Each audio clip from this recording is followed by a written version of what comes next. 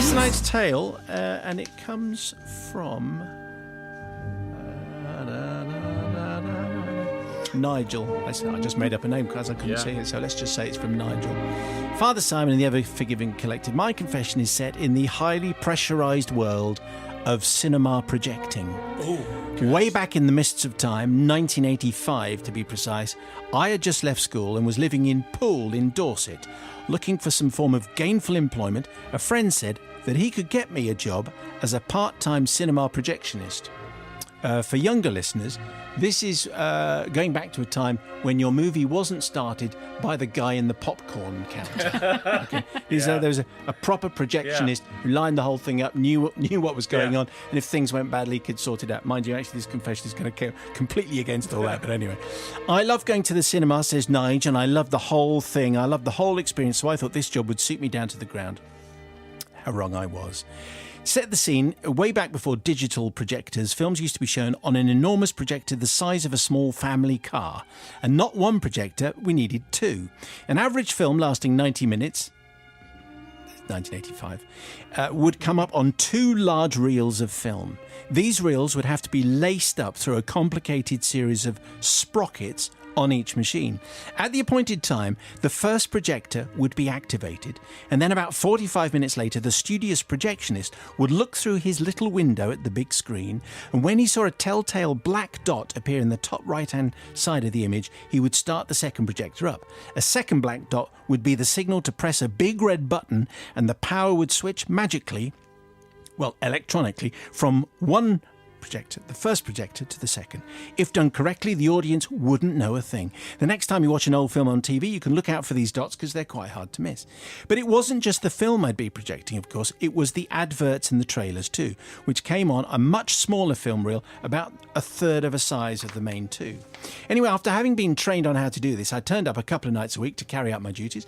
It was an odd job, long periods of inactivity, punctuated by brief moments of intense, stressful action as I'd lace the film up, turn the projector on, check the image was in focus and framed properly, i.e. making sure the frame line didn't appear through the centre of the screen, in which case you'd see the bottom half of the image sitting above the top half, if you see what I mean. In fact, people will remember that happening on a regular basis, and then I could relax again. All was going fine until I had to project the Poole premiere of Sir Richard Attenborough's epic musical, A Chorus Line. Now, what are epics? The answer is they are long, so a chorus line took up not two film reels but three, and the third one was smaller than the others, about a third of the size. So picture the scene. Very excited audience, great build-up, such expectation. The programme starts. The trailers and the adverts successfully shown on Projector 1. Local restaurants advertised, local estate agents, and that Kia Aura ad. Oh, yeah! Saucy ladies with their crumbly, flaky chocolate, if you remember that one. Anyway, then a smooth transition into Projector 2 for the first half of A Chorus Line, as directed by Mr. Attenborough. Then, an equally smooth transition back to Projector 1 for the second half of the film. I was so relaxed I even allowed myself to watch the events unfold on screen through my little window. It was a full house. They were all engrossed in the story of these young wannabe dancers as they endured grueling rehearsals for this huge Broadway show. Everything was ready for the final 20 minutes or so of this epic movie. The last, smaller reel was laced up and ready to go. I could see the film was almost done unravelling from the second reel, so I took my position by projector number 2, waited for the dots to appear. And then I had a sudden horrible thought, accompanied by a chilly feeling all down my body. I dashed to the cupboard where we kept all the films. There was the small film can, which had the trailers and adverts on. I took it out and just, to be on the safe side, I looked at what was written on the side of the film in the can. And what was written was, Chorus Line, Reel 3. I had laced up the trailers and ads again instead of the final part of the film. Saucy ladies with their chocolate all over again. What follows is a bit of a blur. I ripped out the reel containing the trailers, literally ripped, as shards of celluloid shot out in all directions, and clumsily tried to lace the proper reel through the umpteen number of sprockets. Meanwhile, unseen by me, the first black spot had appeared. Then I dashed to the window just in time to see the second black spot. The screen went black. Catastrophe. It stayed black for minutes, hours, maybe days. That's how it seemed. Eventually, fingers burning, I whacked the big red button. And here's the thing. If you just start up a projector without manually guiding the big film reel around with your finger, things get nasty very quickly.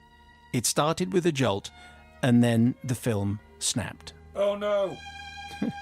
It's catastrophe number 2. The crowd were restless, pouring with sweat, skin icy to the touch, head pounding, and I was shouting, "Oh dear and bother, tut tut, how aggravating." I attempted to rethread this third reel around all the fiddly sprockets, then started off again properly. Though we had to start after the snap, obviously, and I missed a few frames of Attenborough's classic masterpiece, most of it featuring Michael Douglas doing his Michael Douglas thing. This I did, but it was all out of focus now. People's feet seemed to hover above their heads. After much fiddling, I adjusted the image and sank to the floor. At the end of the screening, I waited a long time before emerging and scuttled off home. Needless to say, I was not asked to do any more projecting at Poole's premiere, and in fact, only cinema. So, obviously, forgiveness is needed for all those people who paid to see a chorus line one evening in 1985 at the Poole premiere and were treated to a mysterious, no doubt highly irritating interregnum an hour and a half into the movie, which probably spoiled the whole experience for them, unless they thought that was actually part of Attenborough's masterpiece, which I suspect is highly unlikely, even for the inhabitants of Poole. Nigel adds just at the end, well, it's a projecting story, and you can imagine it used to be a very, very stressful job getting it all lined up, and then what happens if it goes wrong? No stress involved now because you just press a button at the back of the popcorn stand. Anyway, Sister Bobby, what are you saying there? I had absolutely no idea it was so stressful, actually, and what they had to do. I thought it was quite simple. I can hear the audience moaning, can't you? You can hear this big ground sigh. I say, come on. Just get it sorted. It is really stressful. The thing is, though, it's an accident. Anyone can make that mistake with it. We've all done it, and we had carts, and you'd have to line up east and west and make sure all the times... You remember those days? Oh, no. Because you went straight to the BBC. Yes, that what? See, in independent radio, you used to line up your carts to match the times. What do you mean by line up your carts? Well, you see, you'd have to play out the same number of minutes on east and west side of the county. So you'd have 2.5 minutes of ads, and then you'd have to match it up on the other side. I know, see, similar situation. And just, you'd put everything in, and it was like choreography. Anyway, I've done it. I've got it wrong and had a missing 10 seconds. So I tell you what, Nigel, the projectionist, you are forgiven. Yes, Brother Matthew, what are you making of that? Well, it is obviously very stressful, and this is as I know you bring up on your movie show on 5 Live, yes. Which is this is a lost art of the projectionist. But isn't the person who really should be shouldering the blame here? Am I alone in thinking it should be Richard Attenborough for making chorus line far too long? There's no reason for a film to be that long, Dickie. You get rid of take the editing in, get rid of the singing for a start. It's a musical. There's plenty that, well, suddenly we're only looking at 10 minutes. Could have been out. So, yes, Richard Attenborough. That's where the blame surely lies. And so, therefore... Forgiven.